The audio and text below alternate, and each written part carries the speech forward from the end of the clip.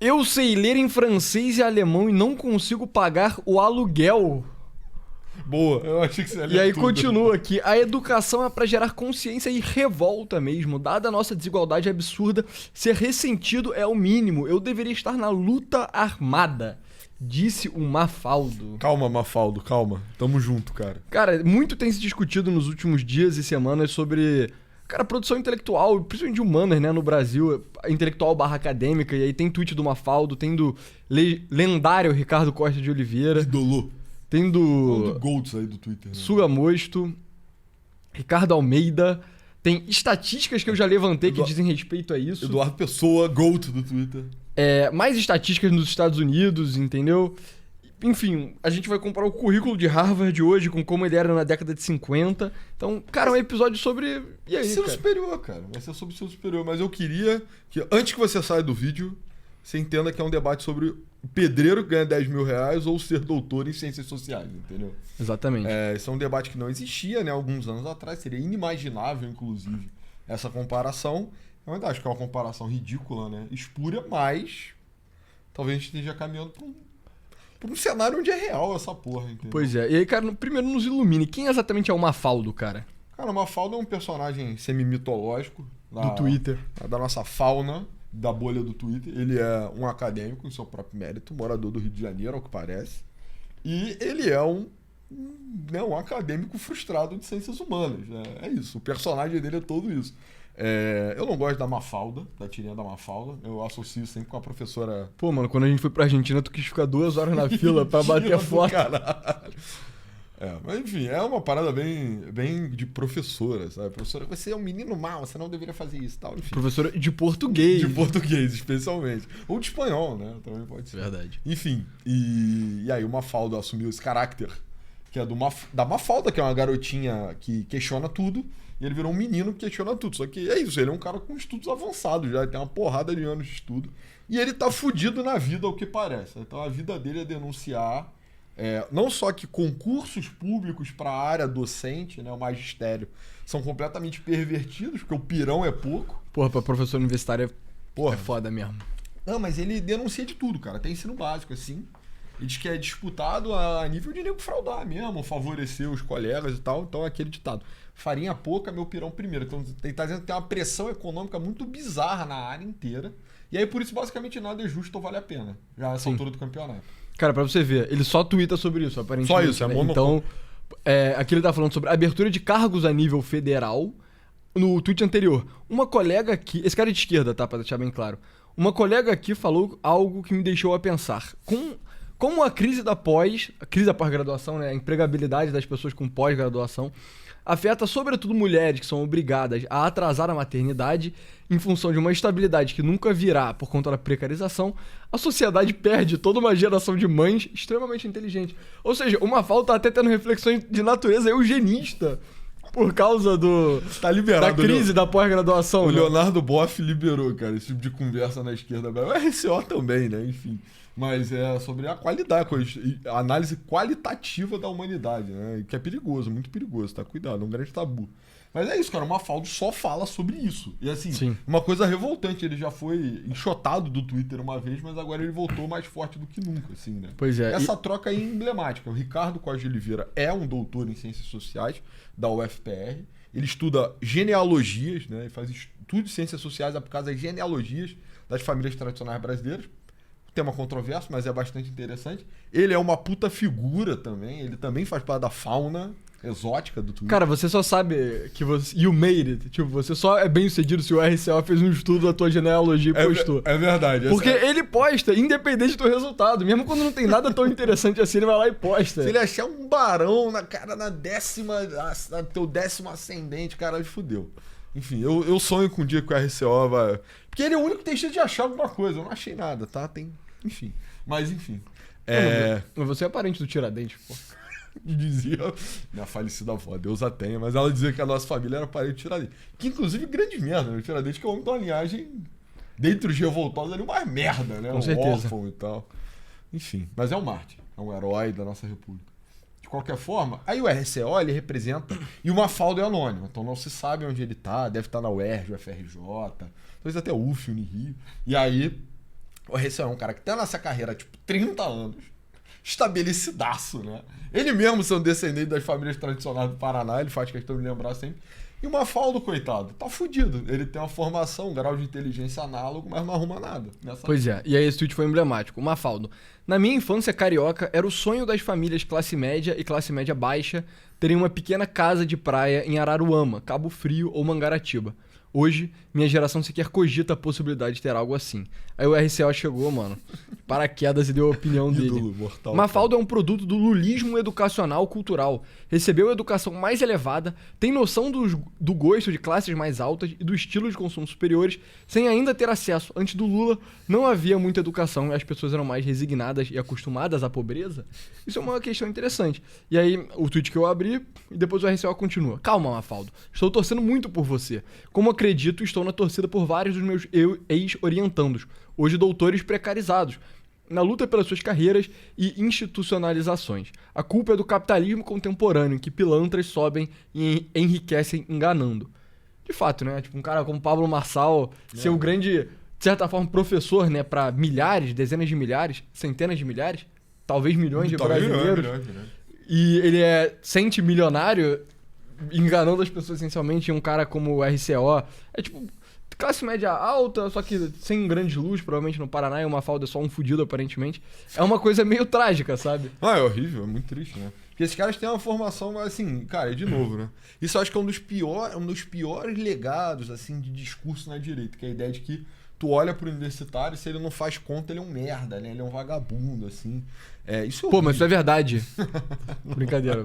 Não, mas isso é horrível, sabe? É um costume horrível. Eu acho realmente que, provavelmente, até por conta da expansão, o nível ali do pós-graduando médio, até do universitário médio, caiu, né? Com certeza, mas de qualquer forma, são... As áreas do conhecimento são pivotar para a sociedade de formas que são menos óbvias, às vezes, né? Sim. Não é porque o cara é especialista numa máquina que ensaca, 30 toneladas de soja por minuto. Beleza, esse cara tem um retorno alto, né? Um retorno econômico alto para a sociedade, mas tem coisas que não se medem, né? Pelo amor de Deus, né? Pois é. E aí, cara, essa discussão sobre a precarização do lado do funcionário, assim, do trabalhador, também leva para a merdificação do trabalho em si, da produção acadêmica, né? Então, Suga Mosto, que é doutor, publicou um último pitaco sobre produção acadêmica. A academia criou uma armadilha para si mesma. O publish or perish, né? Que é publique ou morra, essencialmente. Pereça, perfeitamente. Na minha faculdade só fiz conta, não aprendi português, então eu não sei esse vocabulário rebuscado. Valeu. A falta de leituras entre os pares e as elites pensantes que obrigam seus trabalhos a serem citados contribuíram para que todos tenham que correr em publicar qualquer coisa. Imagine alguém hoje, mesmo sendo do ramo, bom pesquisador, mas com apenas um artigo publicado na vida. Como ele vai concorrer com os ratos de eventos, puxa-sacos de departamento, carolinhas, auxiliares gratuitos e estagiários não solicitados que infestam os departamentos? E aí, várias pessoas provavelmente relacionadas publicaram no Twitter. E o Ricardo Almeida, que também está concluindo o doutorado dele, né? Filosofia na USP, se eu não me engano. Isso aí. Também deu a opinião dele. Critérios quantitativos estabelecidos para reduzir a subjetividade e a grande expansão do ensino superior, juntamente com a retração da oferta de emprego, produziram a proletarização do acadêmico. Ou seja, ele está atribuindo a duas coisas, né? A primeira, a grande expansão, a gente vai falar sobre isso, as minhas estatísticas são justamente disso. E a questão de, tentar medir para que não seja feito de uma forma puramente subjetiva, foi o que levou a essa merdificação. E aí, a parte da mensuração é especialmente filha da puta, né? Porque, vamos lá, você é um governo, e aí você quer estimular a pesquisa e a ciência, e a produção de conhecimento e humanas, etc., na tua sociedade. Como você escolhe quem vai receber os cargos e o dinheiro e a verba e o caralho? Você pode tentar fazer critérios objetivos, mas aí tem um problema, que é nos Estados Unidos é muito citação. Quantas citações você tem? Qual é o seu H-Index, né? Que é uma forma de medir os seus papers e o caralho citados. Aqui no Brasil eu entendo que funciona mais da forma de quantas publicações você tem, qual é a nota qualis da revista que você publicou, e o cacete é 4. Só que é aquilo, vai publicar, só que você pode ter publicado mesmo numa revista qualis boa, mas que o qualis dela é bom, mas a revista em si é uma merda, entendeu? Sem impacto também nenhum, né? Um artigo que ninguém nunca citou. Isso é plausível, provável, né? No ambiente intelectual brasileiro.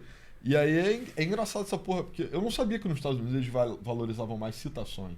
É. Porque aqui no Brasil, especialmente humano, é quantitativo puro, assim. Tem uma história famosa, inclusive. Tem a parada do Qualis da revista, né? Que tem revistas e revistas, entendeu? Tipo assim, se eu criar a revista do Novos Clássicos, e a gente cria e amanhã registra no Capes, tá ligado? A parada vai ter uma nota de merda. Vai ter o Capzoom, né? Acho que é a nota. Exato, e aí eu e você, ele vai publicar, todo Novos Clássicos Show vai virar um artigo e vai ser publicado, tá ligado? Aí depois de um ano vai ter 400 publicações, assim. Isso não é contar mais porra nenhuma.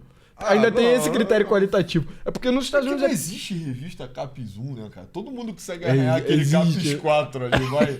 Esses critérios do Caps também, e aí, de novo, eu nunca entrei muito a fundo, mas me parecem opacos num nível assim, que tipo, o que faz algo ser Cap 7, o que diferencia de ser um Cap 5, né? Eu já ouvi falar que o do 6 pro 7 é internacionalização do conteúdo. Isso é a revista que você tá falando? Ou não, é o porque curso em si? O curso pós, né? Tudo é avaliado em termos de... Não sei se é a mesma heurística, não, a mesma conta, né? O mesmo critério. Mas por uma graduação, ganhar o 7... Graduação é até 5, né? Então, a pós-graduação, ganhar o 7 é internacionalizar, tá ligado? Sim.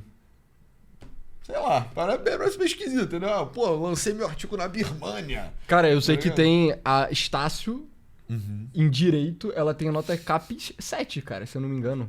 O que é bizarro, tá ligado? Máximo respeito à Estácio. Máximo a respeito. Instituição milenar. Exato. Mas é meio doideira, tá ligado? Não, é insano. Quem conhece sabe. Tá a gente conhece pessoas que, sei lá, fizeram graduação, pós-graduação na Estácio. E tem pessoas boas que vão lá, tipo, das universidades privadas. Não é o... Amigo nosso, André, é formado em Direito na Estácio. Ah, é? Além de ser formado em Economia, né? Ele fez na Estácio porque precisava de... Sim, tipo, tem pessoas muito boas lá, mas, cara, você consegue ser muito ruim e graduar na Estácio em qualquer porra. O fato que o Capes é 7 é criminoso, tá ligado? Amigo meu fez o TCC dele na Estácio, foi 10 páginas pra entregar. Direito. 10 páginas, cara. 10 páginas, tava começando o meu. Tava explicando o que era um debenture ainda. Brincadeira. Pois é. Mas enfim, aí voltando pra parada que o Ricardo também tava falando... Mas eu só ia contar uma história que é emblemática sobre isso. Dizem que o Gilmar Mendes tem um currículo. Tipo, o currículo do Gilmar Mendes é também um artefato mitológico, assim. Os caras falam que é uma porra de 10 páginas, tá ligado? Uhum. É isso, a piada é essa, eu não sei, né? Não aterrizou. Um currículo de 10 páginas. Você entregar e receber o currículo, é um amontoado de papel, assim. Pô, do Gilmar? Do Gilmar Mendes. Tá parece razoável. Não, cara, você sabe que não é assim... o autismo aqui fez a piada, só fly over my head. Foi engraçado, enfim. Mas a ideia é que você vai ter um currículo que mostra o que é importante, né? Eu me recuso a acreditar que tem 10 páginas de particular relevância na biografia do Gilmar Mendes, assim. De só apresentei, publiquei. Entendeu? Não existe. O currículo Lattes sofre um pouco disso, né? Todo pesquisador velho fica um currículo Lattes comicamente grande, assim, cheio de coisa aleatória. Tipo, orientei fulano. Exato, eu orientei 50 pessoas na graduação. Tipo, foda-se. Esse é muito escuro. Isso é irrelevante. Mas, enfim. Enfim, voltando. E aí, sobre o que o Ricardo Almeida tava discutindo, a parada é, se você tentar estabelecer uma métrica, tem o problema do Good Hard Law, cara. Tem até um nome pra isso. Quando eu descobri, eu fiquei... Caraca. Eu gunei, cara. Good Hard Law, na verdade, né? Que é, when a measure becomes a target, quando uma medida vira um alvo, ela deixa de ser uma boa métrica, sabe? Então, tipo, no momento que você ter número de citações, que ninguém liga pra citação, aí, mano, um paper, uma publicação realmente boa vai ter mais citações. Mas a partir do momento que você começa a virar um objetivo, né? Então, porra, você ter citação faz com que você ganhe um cargo melhor, faz com que você ganhe mais verba, seu laboratório tenha mais gente, o caralho. Aí nego vai começar a tentar malandrear a citação e aí deixa de ser a good measure. E isso se aplica em tudo, não é só performance acadêmica. É qualquer coisa que você... tipo, literalmente tudo que você mede passa pelo Good Hard Law. O problema clássico, que é totalmente inesperado, é tipo, o aço na União Soviética, a forma como os soviéticos mediam a quantidade de aço que eles produziam, não era igual a um país capitalista, né? Que ele mede o valor do aço. Tipo, quando você vê o tamanho da indústria do aço no Brasil, você vai ver, qual é a receita das empresas siderúrgicas, entendeu?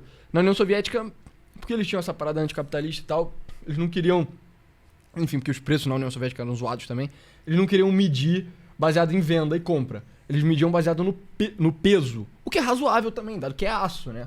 Só que isso gerava um problema, porque a União Soviética ela não produzia aço especializado e aço especializado é útil pra muita coisa, desde foguete até coisa militar e etc. E eles faziam questão de produzir o aço cada vez mais pesado.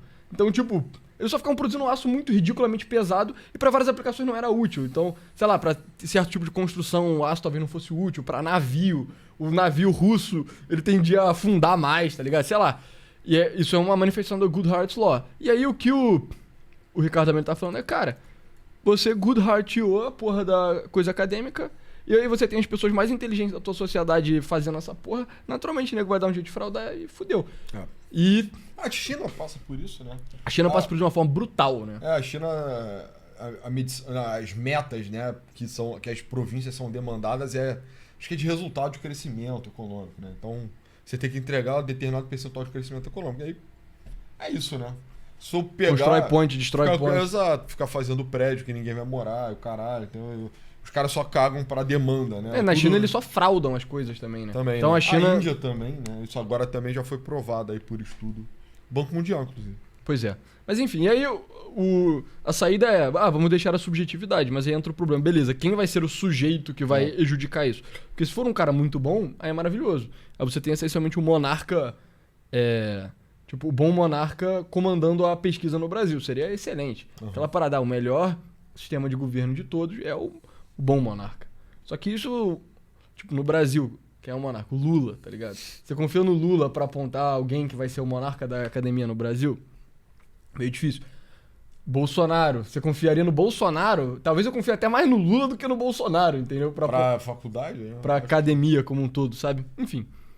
E aí continua. Como subproduto positivo, há mesmo um aumento da massa geral de conhecimentos. É bastante impressionante perceber o mundo de coisas que ainda não foram traduzidas ou abordadas. Em minha área, eu mesmo lido com textos em facsímile que não têm edições, em assuntos particulares. A crítica de Gassendi à astrologia, que eu imagino que seja uma coisa de séculos atrás, ou a repercussão dos tribunais de bruxaria no pensamento da Royal Society. Aí, sem dúvida, de séculos atrás. Em que basicamente consigo conhecer toda a bibliografia relevante existente no mundo. A erudição humana se acumulou muito por conta do sistema universitário e suas exigências massivas de publicação, e ainda estamos bem longe de uma visão realmente em detalhe do conhecimento acumulado pela humanidade. Por outro lado, aí já falamos dos efeitos negativos de novo, o estudioso individual precisa ficar correndo no sistema universitário como um hamster, em uma gaiolinha, e com um prêmio bem miúdo e cada vez mais distante, algo bem desestimulante para quem quer viver disso. E o próprio Daniel Macedo, que também acho que terminou o mestrado dele em filosofia agora, né? Se não me engano, tinha plano de entrar no doutorado também. Tá pra entrar, eu acho. Tweetou. Se manter hoje como professor de uma universidade de ponta é viver sob estresse o tempo inteiro. O Ricardo discordou. Aí eu discordo. O mundo atual é todo estressante.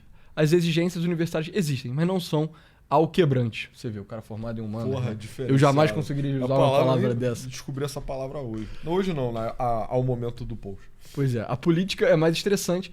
Vários professores da iniciativa privada, idem. A vida de professor de faculdade é bem ok. Mas, enfim. E aí, real é isso, cara. Tem meio que uma merdificação da pesquisa e da academia rolando das duas pontas. Tanto a vida é pior pro trabalhador, quanto o produto do trabalhador ele é pior. Cara, tristemente, assim, universidade, né, o ambiente universitário, busca por conhecimento, produzir conhecimento, catalogar conhecimento, expandir conhecimento, não combina com a austeridade, né? Acho que não. Isso é um ponto muito razoável, acho muito claro para todo mundo, e nesse sentido, todos os governos são responsáveis por isso, né? Você não consegue nem eximir nem direita nem esquerda dessa responsabilidade. Pode botar inclusive, especialmente o Lula, né? O campeão mundial em corte na universidade. O corte com expansão, né? Que é uma política... Puta, essa aí eu preciso de um especialista em educação para poder me explicar como é que eu crio 30 novos polos universitários e corto o gasto orçamentário total, né? Enfim, mas eu acho que isso acaba justamente porque, cara, as pessoas... E, de novo, a universidade tem a menor obrigação de fornecer a ninguém meio de vida. Isso é outra coisa também que fica claro. Eu acho que tem uma assimetria de expectativa muito grande entre quem quer viver essa porra e o que a universidade é de fato, né? Ninguém é obrigado a ser bancado pela faculdade, de forma alguma, tá? Ainda mais nos tempos de hoje. Mas, ao mesmo tempo também, cara, a universidade hoje em dia opera muito abaixo das suas necessidades. E aí, o argumento do Mafalda até faz sentido, cara. Ele diz que a escassez está gerando um incentivo muito grande para a perversão do meio inteiro. Isso eu acho muito razoável, cara. E acho que valeria a pena até se estudar, porque eu não conheço outros grandes cortes de gastos de universidade, né? Pelo mundo. Nunca busquei Tem o do Trump agora, né? Tá destruindo. O do Trump tá muito mais brutal do que o do Lula, inclusive. Mas talvez seja cedo pra perceber da merda, né? Mas assim, uma coisa que fosse histórica, não sei, a Argentina, talvez, né? A Argentina tem um sistema universitário muito sólido lá. E aí, de repente, talvez desse pra perceber. E eu acho que faz sentido, cara. E isso que o Sugamosto, né, denunciou aqui hoje em dia, realmente. O professor universitário tem a expectativa do trabalho não remunerado numa porrada de garotos que um dia sonham em estar na posição dele, é muito normal, mas isso é banal num nível assim. Pô, tipo, inclusive faça as pazes com isso, cara, porque eu não consigo. Eu não sei se algum dia não foi assim, tá? Se em algum momento você só podia, tipo, ser remunerado integralmente pela faculdade por todo o trabalho que você faz, mas hoje em dia definitivamente não. Pois Entendeu? é. E aí, cara, trazendo aqui um pouco dos dados. Isso aqui foi uma troca que eu tive com um Franquito Curioso, que eu embarrass myself, porque eu errei um conceito muito básico de, enfim, lidar números. Eu tive que dar uma... Limpada. Tive que dar uma limpada aqui, eu fiz umas continhas, mas, cara, esse é o número de graduações anuais no Brasil, tá? Aí você vê, o pico de todos os picos aqui é 2018, mais ou menos. Que 1 milhão de pessoas, 1 milhão de brasileiros se graduou pro ensino superior em 2018. E aqui eu não tô falando da pós-graduação, né? E você vê, como era nos anos 60? Cara, era tipo 19 mil pessoas, que é o que eu trouxe no tweet propriamente dito. Então, talvez valha a pena até eu ler o tweet, porque eu explico melhor o gráfico. Fiz a conta e blá blá blá. Sua afirmação de que o Brasil formou mais pessoas com ensino superior entre 2002 e 2024 do que em todo o século XX é verdade. Usando números aqui, blá blá blá, em 63 foram só 19 mil pessoas. Ou seja... Caralho, isso é loucura. Não, que você vê, né? Porque você pega esses caras medalhões da época, sei lá, vou dar um exemplo anedótico aqui, mano. Aspásia Camargo. Porra, é um medalhão, dá aula numa porrada de lugares, caralho. Cara, a parada é, se teu avô, você que tá assistindo, se o teu avô é formado nessa época... Ricardo Costa de Oliveira vai te pegar, Exato, mano. Você tem algum avô com ensino superior? Tenho. Barão Alert, mano. Barão Alert. Não, mas não é nos termos ideais, não. É logo meu avô libanês, entendeu? Porque ele só estudou contabilidade. Ele ficou estudando contabilidade a vida inteira. Entendi. Pra vender tecido. Cara, eu acho que nenhum dos meus avós tem. Mas eu tenho pessoas antes que tem, entendeu? Ah, porra. Então não dá... Pior ainda, Eduardo Pessoa. Pois é. Se o teu bisavô tem um diploma universitário... Meu bisavô eu já não consigo saber. Não sei se o pai do meu avô, eu não o conheci, ele morreu muito cedo. Pois é, mas enfim, em 63 é só 19 mil pessoas, aí em 70 o número sobe pra 100 mil, em 1980 200 e em 97 chega em 270, ou seja, até na época do FHC tava meio baixo, sabe? E aí, cara, né, no começo da época do Lula dá uma porrada absurda, e aí vai até 990 mil em 2018, aí começa a baixar agora, e eu acho que o motivo que tá baixando agora... Porra, é porque a nossa geração já tá diminuindo, entendeu? Já é um motivo demográfico, não é nem uma questão de política educacional. E aí, a parada é o seguinte... Mano, é meio óbvio que... Por exemplo, o RCO deve ter o quê? Uns 50 anos, né? Então não deve ter se formado nos anos 90, provavelmente. Cara, o RCO pegou o diploma dele de doutorado e sei lá o quê, provavelmente nos anos 90. Tinha esse número de pessoas com graduação. Eu imagino que pós-graduação o gráfico não vai ser muito diferente desse que eu construí aqui, né? Cara, com certeza pro RCO era muito mais fácil conseguir um emprego... Com certeza, porra, sim. Óbvio. Cara, tem pessoas na minha família que foram professores universitários por, o quê? 40 anos? Cara, talvez 40 anos. E conseguiram um emprego literalmente... Ao sair, né? Não, tipo, tava terminando a graduação, aí o professor chegou e falou, cara, tu não quer dar aula, não? Caralho. E aí virou professor, cara. Caralho. Numa federal boa do Rio de Janeiro. Cara, e aí, esse indivíduo eventualmente fez um mestrado, mas ele nunca nem fez o doutorado. Caralho. E foi professor por 40 anos. Ganhava um salário ruim, tá ligado? Uhum. Mas, porra, virou professor, coisa que a merda do Mafalda nem consegue. Caralho, que loucura. Cara, mas esse geralmente quando o cara é um esquerdista mais inteligente, né? Ele só não fica falando merda, arrotando virtude, o caralho. O argumento que se faz é... Cara, mas o Brasil ainda é proporcionalmente mal formado, né? Se você comparar com países que são verdadeiros... E aí, de novo, né? Eu não tô dizendo que tem uma correlação entre ter uma porrada de diploma na tua sociedade e o seu país ser propriamente desenvolvido, né? Acho que talvez tenha um terceiro elemento oculto aí, né? Um processo histórico complexo, etc. Mas, enfim. Mas isso é verdade. Tem áreas do conhecimento no Brasil que não tinham estudo até os anos 90 direito. ciência política. Você não podia nem se formar nessa porra até os anos 90. Então, assim, ainda tem realmente uma demanda latente por conhecimento. De novo, o Brasil também, cara, não produz uma porrada de pesquisador de ponta, né? De novo, eu não acho que é uma questão de, então vamos fazer todo mundo passar pela universidade e aí a gente retira os melhores. Não acho que não precisa passar todo mundo, né? Nem todo mundo corre o risco de virar um pesquisador a nível internacional, mas de qualquer forma, eu acho que isso são coisas para tornar ainda mais complexo o debate, que é, beleza, vai expandir pra caralho o ensino superior, de fato, tem carência, tem falta, mas sob quais condições e sob qual pretexto, né? Até onde você está disposto a descer a barra para que alguém seja formado, né? Sim, e aí a gente tem gráficos da barra descendo nos Estados Unidos, mas, cara, se você é uma pessoa que se considera com intelecto ímpar, tem um evento imperdível. É verdade. Que é o seguinte, cara, a gente vai fazer um encontro de membros no Rio de Janeiro, e sim, a gente tá avisando com pouca antecedência, então, se você tem amigos que também assistem Novos Clássicos...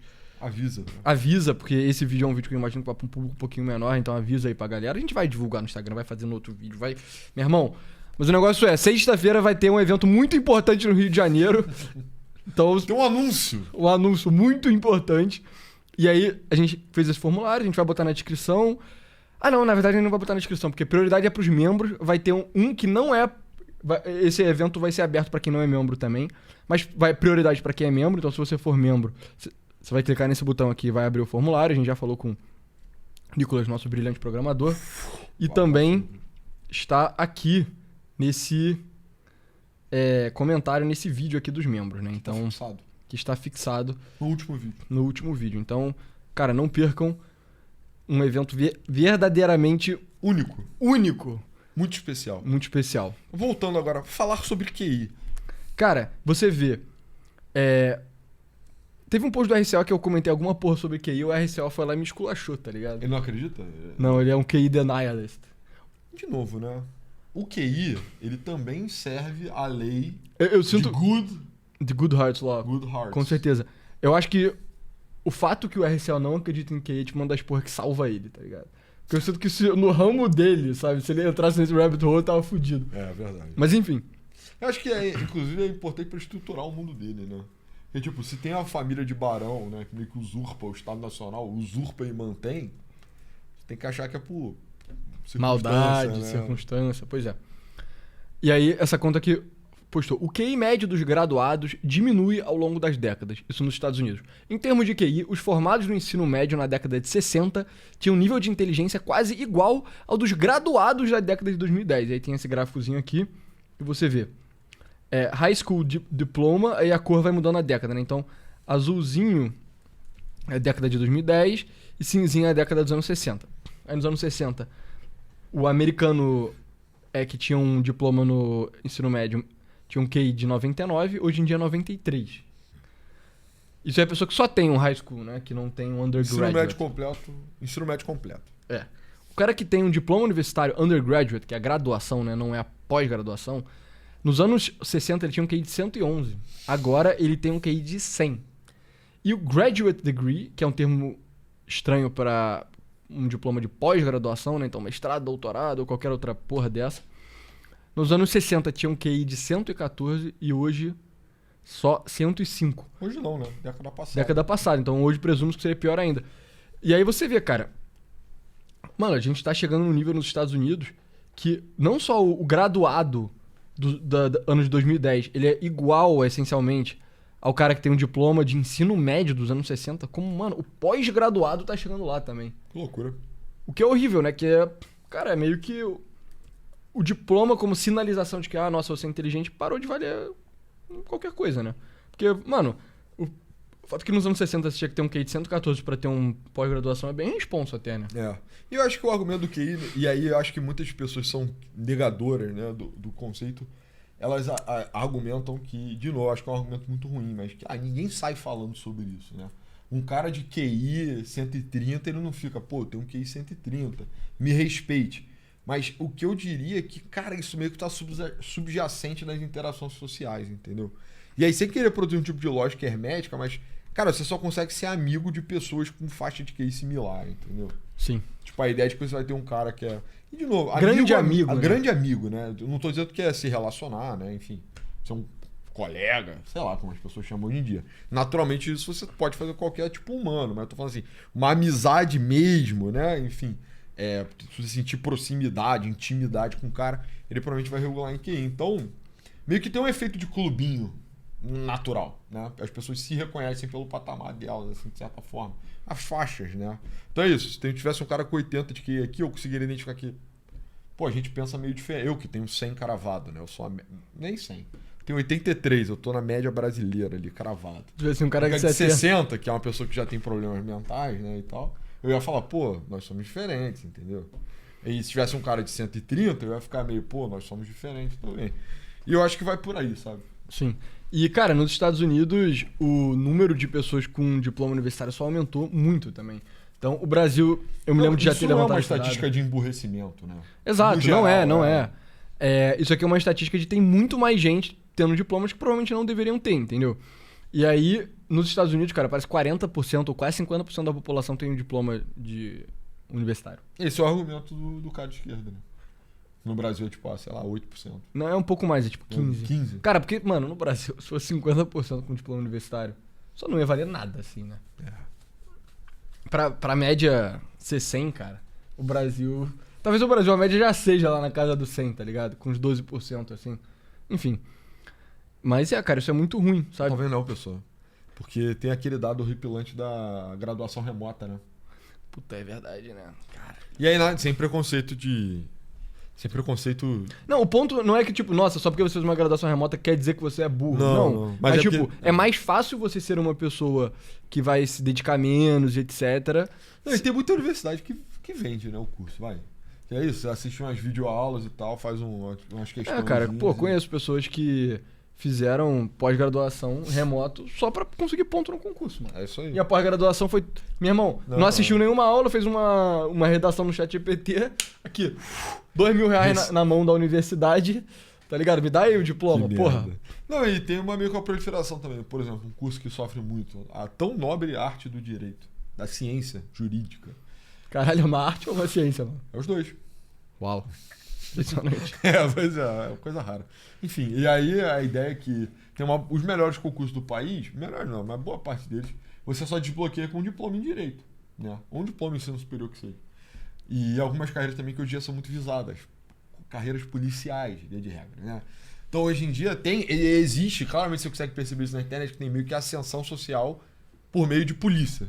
Então você vira polícia e, pô, tu conquista ali uma renda de 8, 10 mil reais, tu vira classe média brasileira e aí você fica bem, né? Se você for honesto. Se você não for honesto, pode ganhar bem mais. Pode ganhar bem mais, é verdade. Mas enfim, e aí os caras estão dispostos a... Aí muita gente, né? Já vende até junto, né? Graduaçãozinha em Direito online, tá ligado? Aprende ali o que der e já tá preparado pra fazer a prova da PEMERG. Brincadeira, mas da PEMERG, da PF, da Civil, caralho, todas elas, todas as carreiras policiais. E é isso, cara. Hoje em dia tem uma quantidade de novo, né? Acho que 2% dos brasileiros são formados de direito, é uma porra assim, entendeu? Pois é. E aí a parada é... 1%. Nos anos 60, se você dedicasse recurso do governo ou das universidades para pesquisa de pessoas com pós-graduação, ela iria para pessoas mais qualificadas em média do que para hoje em dia. É tipo, mas os melhores continuam tendo a maioria da verba. Porque é aquilo, né? Sem dúvida, Harvard, Princeton, Stanford, do caralho, recebe a maioria da verba. Sem dúvida, sem dúvida. Mas já tem um pouquinho de verba sendo perdida no caminho, indo para as universidades piores, para indo pra pessoas que não deveriam receber, cara. Tipo, desculpa, pesquisa de ponta é um bagulho que você tem que ser inteligente pra caralho pra fazer, tá ligado? Se você for meio mais ou menos, cara, esquece, né? pô. E tem que querer muito também. Querer muito, é.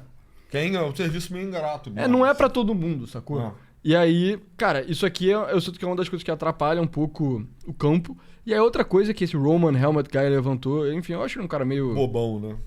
Meio bobão. Bobo alegre. Que é o seguinte, como era o currículo de história em Harvard nos anos 60? Quer dizer, 50, na real. Isso da graduação mesmo. Então, crescimento da nação americana, de 1760 até a Guerra Civil. E a criação da América Moderna, 1860 até o presente. História antiga, história da Grécia, história da República Romana, história do Império Romano.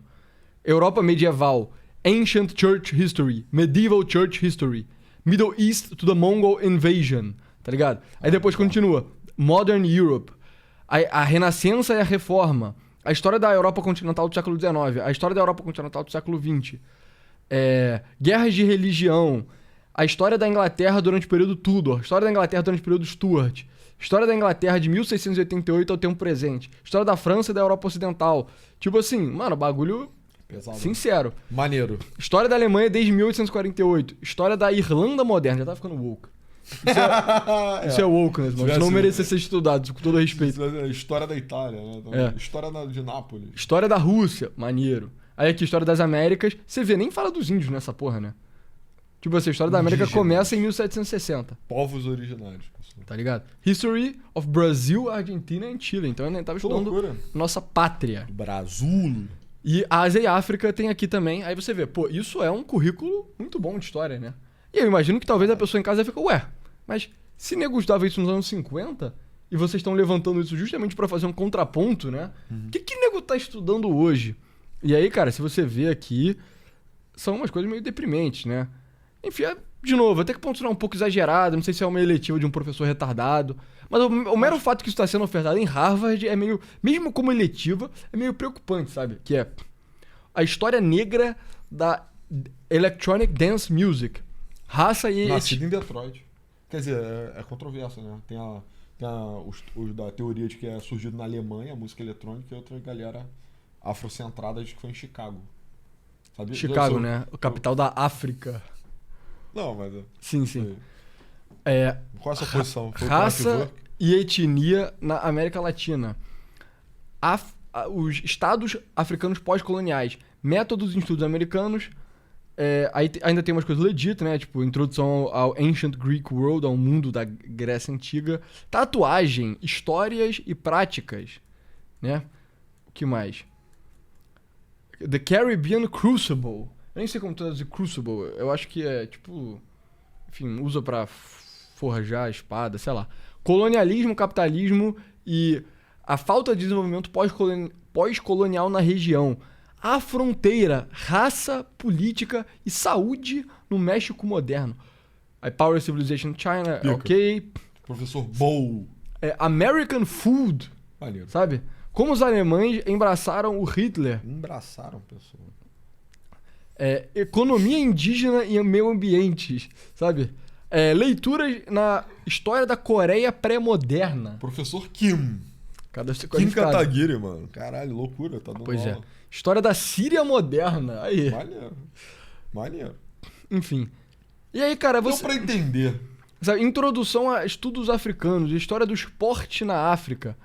A experiência negra americana através do filme. Tipo assim, ainda tem algumas coisas legit? Tem, mas tem muita coisa que não deveria estar aí, né? Comparado com o que o currículo era antigamente. E eu sinto que isso é muito da merdificação de humanas, cara, sabia? Yeah. O nego tá cada vez mais levantando a tese de que uma coisa que contribuiu muito pro declínio das humanas foi parar de cobrar grego e latim. Aí você pode estar pensando, caralho, mas por quê? É por causa da leitura dos clássicos nos originais? Já tem uma coisa mágica quando você lê o Aristóteles em grego? Talvez tenha. Mas o ponto não é nem esse, é que dá pra você fazer um teste difícil de verdade em humanas, só, mano, cobrando gramática latina essas merdas, aí você consegue limar quem é burro. Eu acho que conteudismo no geral, né? Tipo, provavelmente latim, grego é bom o suficiente, né? Mas memória tá ligada aqui também, né? Então se você Sim, só total. conhecimento dito enciclopédico, né? Tão diminuído hoje em dia, ele denota aí também uma qualidade de inteligência de forma geral. E aí a vantagem, por que isso aconteceu menos nas áreas de exatas? É porque exatas é muito fácil você fazer uma prova difícil. É só você fazer uma conta difícil, pô. E aí, sei lá, na faculdade, todo mundo que fez engenharia vai relate com isso, que é, cara, nego entra e muita gente fica no primeiro período. A pessoa faz cálculo 4 vezes e depois desiste. Tipo, se esse cara estivesse fazendo, sei lá, a nobre arte do direito, talvez ele conseguisse a trancos e barrancos ali se formar, tá ligado? Talvez, né? Ninguém nunca fez isso. Sabe? Mas, enfim. E aí, cara, como é que você acha que conserta isso, cara? Cara, essa é a pergunta muito difícil. Eu queria até voltar ao comentário do RCO, cara, que ele fala sobre... Esse aqui? Produto do lulismo educacional cultural.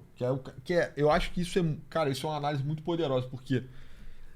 Cara, eu já falei, a única política de distribuição de renda pra jovem, além do pé de meia, é a vaga na universidade, tá ligado? É o único dinheiro que o governo te dá, é o único subsídio que o governo te dá. O resto é tudo tua família, né? Ou a educação, se você utilizar a pública, até que ponto isso é um subsídio valioso, né? Tipo, até que ponto o governo só não é obrigado a dar a pior coisa possível, tá ligado? Mas quando você vai pra universidade, aí, cara, tem um verdadeiro subsídio, é real mesmo. Se você pensar assim, pô, a mensalidade na faculdade a nível de federal, pô, 3, 4 mil reais no mínimo. No mínimo. O governo paga tudo, tudo. E você ainda pode ter moradia, você ainda pode ter alimentação subsidiada, caralho. Então, assim, isso é uma puta alocação de capital no indivíduo. E aí, cara, eu acho que o garoto, obviamente, não pensa nesses termos, né? Mas ele percebe que, caralho, isso aqui é prestigioso, né? Digamos um garoto que, pô, não teve tanta condição, né? Que foi excepcional, né? A chegada dele à universidade. Realmente um fruto da política educacional do PT. Isso não teria acontecido em 1970, 80. Exato, ele é um dos caras que tá... Meu irmão, se esse pico no gráfico tivesse acontecido, ele não estaria na faculdade. E, de novo, eu não tô nem falando sobre mérito, tô falando de oportunidade mesmo, né? Tipo, eu tô falando de critério de oportunidade. Quando o cara entra, ele fala assim, caralho, isso aqui é a melhor coisa que eu já... Pô, isso é a coisa mais foda, isso é extremamente prestigioso. E ele olha pro professor, e eu acho que aí, nesse caso, todos os alunos, tá? Mas o professor é a coisa mais foda que tem, cara. Não sei se eu tenho um viés, né, pró-professor, de certa forma e tal. Foi da minha criação. Mas assim, você tá na universidade e você fica tipo, pô, caralho, eu queria ser esse cara, entendeu? Mas tu achava isso dos seus professores universitários? Os bons, né? É. Tu nunca sentiu isso? Cara, dos professores, Mas cara, assim, da uma engenharia... admiração, cara. Mas era uma parada muito específica, assim. É, porque eu acho que o campo de vocês também, sabe, vocês vêm de outro lugar mental. Assim, sim, total, ganhar total. dinheiro, cara. É isso. Exato, basicamente, né? E aí o professor fala, fudido, tá ligado? Então, enfim, se você tá numa área que não é uma área tão dinheirista quanto engenharia de produção, né? Pelo amor de Deus. Você olha pro professor e fala assim, pô, isso é muito foda, cara. Você tem a vida dos sonhos. O quê? Você ganha dinheiro pra ler e escrever? Puta que pariu, o que é isso, cara? E aí, mesmo que não, a universidade não dá a realidade dura pro garoto. Que é assim, filhão, a gente forma 300 todo ano e abre uma vaga a cada 5 anos, pô. Tu vai se fuder pra entrar aqui. Se entrar, talvez nunca entre. E aí fica nesse delta, assim, nessa insatisfação. Eu tenho muita curiosidade para saber o que essa geração vai fazer, sabe? Tem os caras que estavam falando sobre como, né, na internet lá, americano, como a ideia do bacharel desempregado é perigosa para a sociedade, né? Que você dispõe o cara pro agito e um cara que potencialmente é perigoso mesmo, né? Tipo, se eu desse pra um cara de 80 de que ia organizar uma manifestação, derrubar um governo, fudeu, né? Precisa de um Lenin, né? Precisa de uma coisa assim. O Lenin não se aplica em nada do que eu falei, mas enfim, um bacharel que não estava disposto a jogar, né, com os caras. E na Rússia, à época, parece que tinham muitos mesmo. E na China também. Mas enfim, eu fico curioso sobre o que esses moleques vão fazer, cara. O próprio Mafalda aqui fica levantando essa hipótese, né? Eu deveria estar na luta armada. Acho que, provavelmente... Levemente LARP, né? LARPou, né? Não falou isso com o coração, mas... E, de novo, eu também não tô prevendo que vai ter um risco político no Brasil no médio prazo. Porque vai ter uma legião de verdade de bacharéis sem porra nenhuma pra fazer. Viviam de esmola. Sim. E aí eles vão se revoltar. Cara, se eu pudesse fazer a política educacional do Brasil, assim, eu sinto que... Enfim, isso é uma porra que eu já levantei algumas vezes, mas... Que soa meio absurdo, mas eu acho que é altamente defensável, que é, primeiro, eu acho que nem todo mundo deveria sequer ter o diploma de ensino médio. Eu acho que tem muitas pessoas que não absorvem nada de bom do ensino médio. Que a pessoa fica lá, pra ela é uma tortura, atrapalha a aula, sei lá o quê. Mano, seria melhor dar um jeito de arranjar um trabalho pra esse cara fazer com 15 anos, sabe? Pô, isso é... Caraca, heresia! Mano, eu acho certo. É muito fácil o cara que tem um ensino superior pós-graduação falar todo mundo merece ter oportunidade. Cara, porque tu é um maluco inteligente, cara. O teu lugar era na faculdade, mas tem muita gente que o lugar não é na faculdade. Eu acho que tem gente que o lugar não é nem no ensino médio. E, sei lá, quando a gente tava no ensino médio, não sei se o currículo já mudou isso. Desculpa, cara, física e química sobretudo, é basicamente inútil pra 90% das pessoas, talvez mais, tá ligado? É bom, mas é bom aprender. Cara, é até bom aprender, bota fé que é melhor saber do que não saber, mas porra, em termos de utilidade pra vida da pessoa é basicamente inútil. Então, e aí, em termos de graduação, então também, cara, muito menos gente, assim. Eu cheguei a fazer essa conta aqui, cara. Se hoje em dia o Brasil formasse na mesma proporção que formava nos anos 60... Seria cerca de 90 mil graduações por ano. Cara, talvez, 90 mil por ano, sabe? 1/10 mais ou menos do que forma hoje, não seja ruim, não seja de todo ruim, sabe? E aí, é aquilo, cara. Você vai destruir as universidades que são ruins e as universidades que são mais ou menos, vai deixar só as boas. Talvez seja mais saudável pro Brasil como um todo, sabe? Cara, eu fico muito pensando nas frustrações dos mafaldos aí pelo Brasil, entendeu? Porque, o governo não vai subsidiar esse cara pra sempre. Não vai, nem fudendo, entendeu? É isso, cara. Isso é escroto, tá? Isso é um dos grandes erros da sociedade, é só dar dinheiro pra quem é jovem quando o cara entra na faculdade. Dar dinheiro. Subsidiar o cara que é jovem quando ele entra na faculdade, né? Ele não dá uma trajetória, uma formação, enfim, qualquer merda, né? ou uma poupança adiantada, uma coisa assim, mas enfim. Mas aí você dá pro cara tudo, é o máximo, é o máximo que você pode ganhar. E aí depois você não tem o que fazer por ele. Se o cara não der uma cagada ou vai ficar batendo a cabeça ali 10 anos, 12 anos, não vai arrumar nada, cara. E quantas pessoas podem passar 12 anos ali nessa vida de universidade, caralho, vendo se vai, não vai. É muito complicado essa situação no geral. E também, cara, eu faria alguma coisa pra corrigir a versão brasileira disso, né? Que é a merdificação do currículo, que é aquilo. Nem todas as áreas de humanas foram 100% merdificadas. Eu diria que talvez nenhuma tenha sido 100%. Mas, pô, cara, eu me lembro de uma vez que a gente entrou no repositório de Ciências Sociais da UFRJ pra ver o que eu tava publicando de mestrado e doutorado. E tinha teses que eram sérias. Uhum. Eu acho que essa pessoa deveria ter a oportunidade de fazer isso. Mas tinham teses que não eram, entendeu? Era, sei lá, o exemplo clássico de nego bolsonarista fazendo pânico moral o estudo sobre banheirão no carnaval. Tipo, beleza, o bolsonarista é um jeca retardado que reclama disso. Mas ele tem razão de reclamar. Ele tem alguma razão. Até que ponto essa porra realmente deveria estar sendo custeada pelo Estado brasileiro pra ser estudado, entendeu?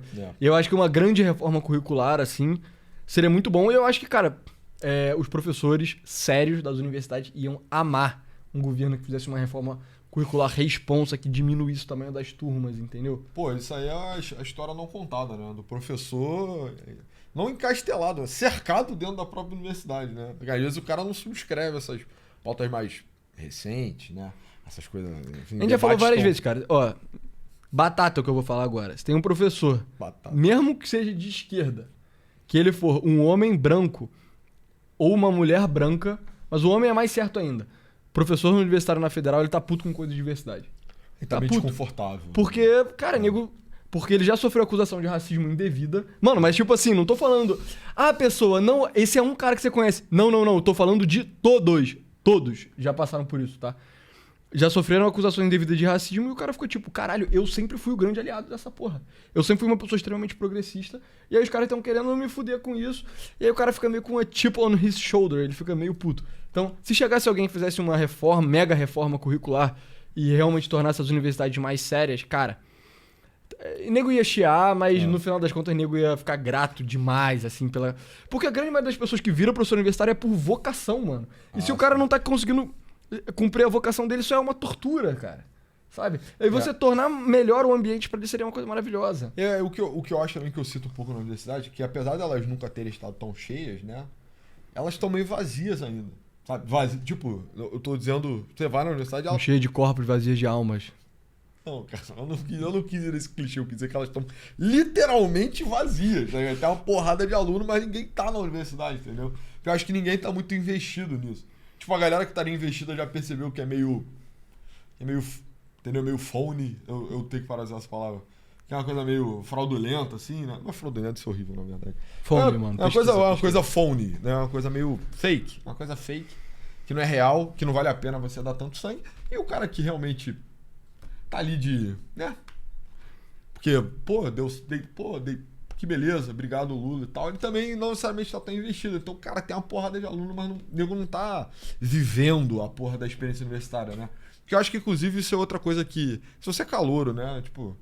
Assim, eu não tô dizendo que você deveria fazer isso, mas assim, a experiência universitária que o teu pai, tua mãe teve, se eles estudaram, era assim, cara, você tinha aula e depois você ficava fazendo coisa na faculdade, cara. Vai à biblioteca, vai estudar, depois pratica um esporte, depois de noite vai tomar uma cerveja, o caralho. Você passa o dia em função disso, né? Você tem uma vivência universitária.